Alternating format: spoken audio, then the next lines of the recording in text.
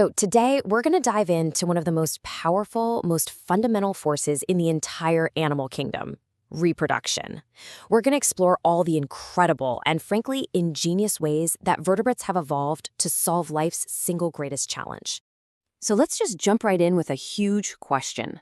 I mean, if you strip away all the noise, finding food, hiding from predators, building a home, what is the one single, ultimate goal that every living thing on this planet shares?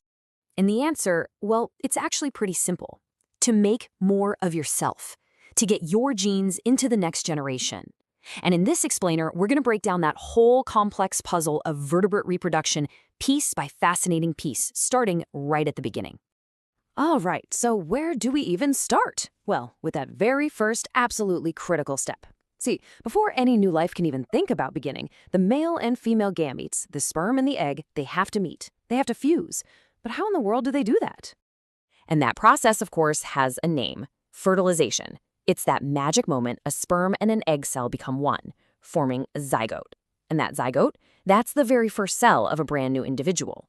Now, as you can imagine, vertebrates have come up with two very different master plans for making this happen. So you've got two main game plans here. On one side, you have external fertilization. This is where the sperm and egg meet out in the open. Think of fish or frogs, just releasing millions of eggs and sperm into the water and kind of hoping for the best.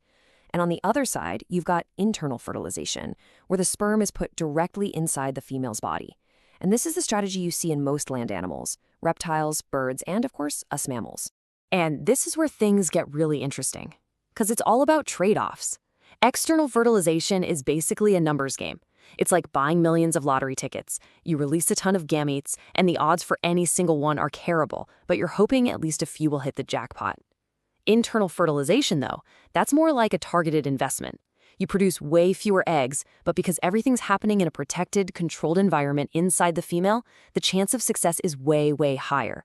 It takes more energy to find a mate and do the deed, but it's a much safer bet. Okay, so mission accomplished, right? The egg is fertilized, a zygote is formed. But now what? Now you've got this incredibly fragile, developing embryo, and you have to keep it safe until it's ready to face the world. And believe me, nature has cooked up some amazing solutions for this too. We can basically lump these strategies into three main categories. First up, you have ovipary. That's the classic egg-laying strategy, what birds and most reptiles do. Then there's ovovivipary, which is super cool. It's a middle ground where the eggs actually stay inside the mother, hatch there, and then she gives a live birth. You see this in some sharks and snakes. And finally, you have vivipary. That's us. No shell, the embryo develops completely inside the mother, getting all its nutrients through a placenta. Now, for any of those animals laying eggs on dry land, there was one invention that was an absolute game changer. It was the key, the master stroke that allowed vertebrates to finally cut the cord with the water and truly conquer the land, the amniotic egg. Just think about it. A private pond. That's the best way to describe it. It's a perfect, self-contained life support system that solved every problem of developing on land. It's got protection, it's got food, it's got water, and it even has its own little waste disposal system, all neatly packaged inside a protective shell. It is a masterpiece of evolutionary design. So let's peek inside this little life support system. Each part has a very specific, very important job. The amnion is basically a personal swimming pool, a fluid-filled cushion to protect the embryo from bumps. The yolk sac? That's the packed lunch, full of all the energy it needs to grow. The allantois act like a little waste bag, keeping toxic stuff safely stored away. The chorion is like the lungs, managing the flow of oxygen in and carbon dioxide out. And then, of course, you have the shell, the tough outer armor. It's a perfect, self-sufficient little world. So let's fast forward. After weeks or maybe months of development, the big day arrives. The baby is born, or it hatches. But this brings up a whole new question. What state are they in? Are they ready to hit the ground running, or are they, well, completely helpless? And this brings us to another huge strategic split in the animal kingdom. On one side, you have what we call precocial young, basically born ready. And on the other, you have altricial young, or born helpless. And let me tell you, the difference between them is like night and day. I mean, just look at the difference here.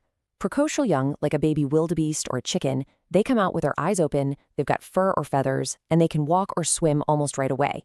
This takes a massive energy investment before they're born. But then you have ultra-shrill young, like kittens or those little baby birds in a nest. They're born naked, blind, and totally immobile. They're 100% helpless. For them, the massive energy investment comes after they're born, with the parents having to provide nonstop food, warmth, and protection. And that whole idea of needing to care for helpless young, well, that brings us to the final massive piece of our reproductive puzzle, the parental care equation. This is really where all those other strategies we've talked about come together.